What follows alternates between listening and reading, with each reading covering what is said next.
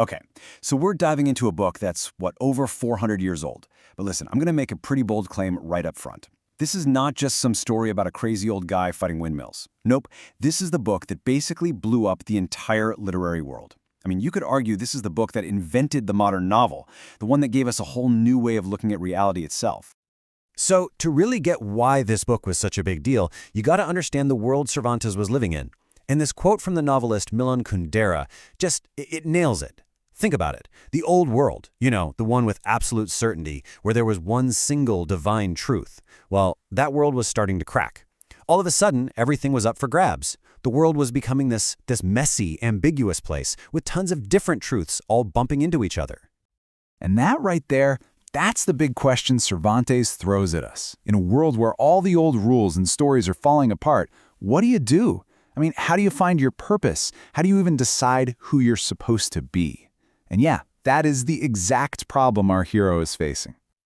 So we meet this guy, a gentleman from a place called La Mancha.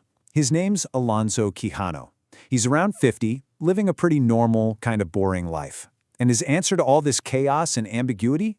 He reads. And I don't mean a little. He reads a lot. He just dives headfirst into these books of chivalry. The epic stories about knights and quests and saving the day. He gets so lost in them, he pretty much forgets the real world even exists. And this is where things get truly wild. He doesn't just like these stories. He becomes absolutely convinced they are real. So he makes this incredible, radical decision. He looks at the real world and goes, you know what? This is broken. The world in my books is way better. So he just invents a new identity. He becomes Don Quixote de la Mancha, a knight errant, and decides he's going to ride out and force reality to play by the rules of his fantasy books. And that one decision, boom, it sets up the huge conflict that drives the entire story. It's this epic clash between two totally different ways of seeing the world, like two different operating systems trying to run on the same computer. This chart really lays it out perfectly, right? These are the two worlds at war. On the one hand, you've got the world of romance, the one in Don Quixote's head. It's full of kings and queens, miracles, giants, and monsters. But on the other hand, you have the world of the novel, the one Cervantes is actually creating.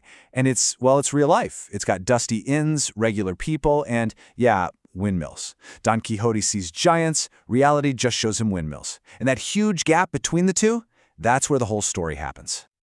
Okay, so how on earth does somebody live in that gap? Right? How do you keep believing you're seeing giants when literally everyone else is telling you, dude, those are windmills? Well, this is where it gets interesting. Don Quixote comes up with this incredibly clever, frankly, it's kind of a genius explanation. It's the big question, isn't it? How does he explain it to himself when he charges at what he thinks are giants and just gets smacked by a windmill? Because here's the thing, he's not just a simple fool. He needs a system, a way to make it all make sense, to protect his version of reality from, actual reality. And this is it. This is his whole system, what he calls his theory of enchantments. And it is a perfect, self-sealing loop. Check it out. First, he sees the world through his books. So to him, those windmills are giants. Step 2, he acts on it. He bravely charges in. Step 3, reality hits back, hard. He gets knocked flat on his back by a windmill sail. But, and this is the key, Step 4, does he question himself? Nope. He decides that some evil magician, some enchanter, transformed the giants into windmills at the very last second just to cheat him out of his victory. See? It's not just random madness. It's a completely logical, airtight worldview. All right, so as if inventing a whole new kind of reality wasn't enough for one book, this is where Cervantes just completely blows up the rules of storytelling. He starts playing these incredible games with the very idea of what a book is. It's what we now call metafiction, and he was doing it 4 centuries ago. So, first thing he does, he writes himself out of the picture. He basically tells us, hey, don't look at me, I'm not the author. He claims he just found this old manuscript written by some Arab historian and that he's just the editor. It's brilliant.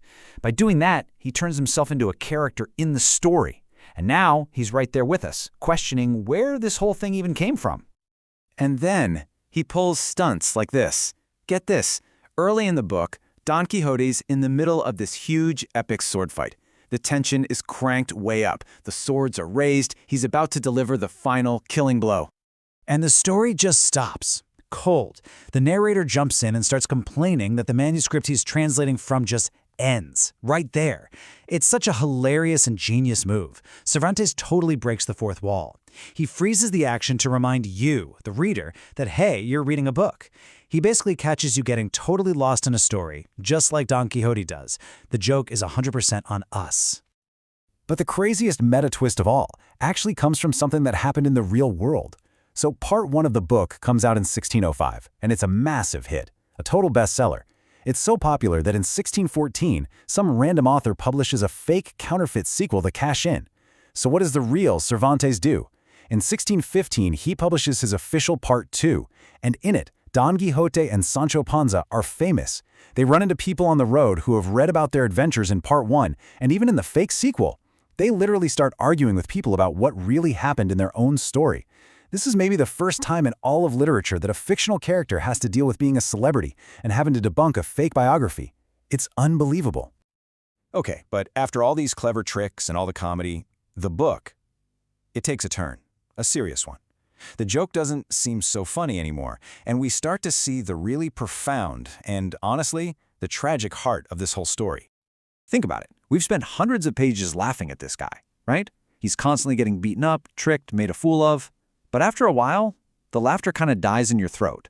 You stop seeing him as just a buffoon, and you start to wonder, maybe there's something genuinely noble about what he's trying to do, as crazy as it seems. So why is he doing all this? He actually tells us, plain and simple. His goal is to do good for everyone and hurt no one. He wants to right wrongs, help the powerless, and make a cruel world a little more just, a little more kind. His so-called madness isn't just random. It's driven by this deep moral core. He truly believes the world can be a better place, and he's willing to get beaten to a pulp for that belief. And man, this quote from the scholar Marina Mackay, it just hits the nail on the head. All of a sudden, realism, the very thing we were laughing on behalf of, starts to look like the bad guy. That constant pressure to just be realistic, to accept things the way they are. It becomes this monster, this tyrant that crushes any hope for change, any spark of imagination. Don Quixote wasn't just fighting windmills, he was fighting the tyranny of that's just the way things are. But in the end, the world wins. It's relentless. Don Quixote is finally defeated. And not in some grand battle, but in his spirit. The people who love him, his friends and family, they force him to give it all up. They make him renounce his name, his quest, his books, the very things that gave his life any meaning. And here's the final soul-crushing irony. They cure him of his madness. He finally agrees to go back to being plain old, sane Alonso Quijano. And there's nothing left. He gets sick, and then he dies. The cure kills him. The world forced him to accept its reality. And for him, that was a death sentence. So, we're left with this staggering question, aren't we? The book kind of forces it on you. If believing that the world can be changed for the better, if that's what it means to be mad, then what in the world does it mean to be sane? Is it just shrugging your shoulders and accepting all the injustice and cruelty as just the way it is? It's a question that, even 400 years later, feels like it matters more than ever.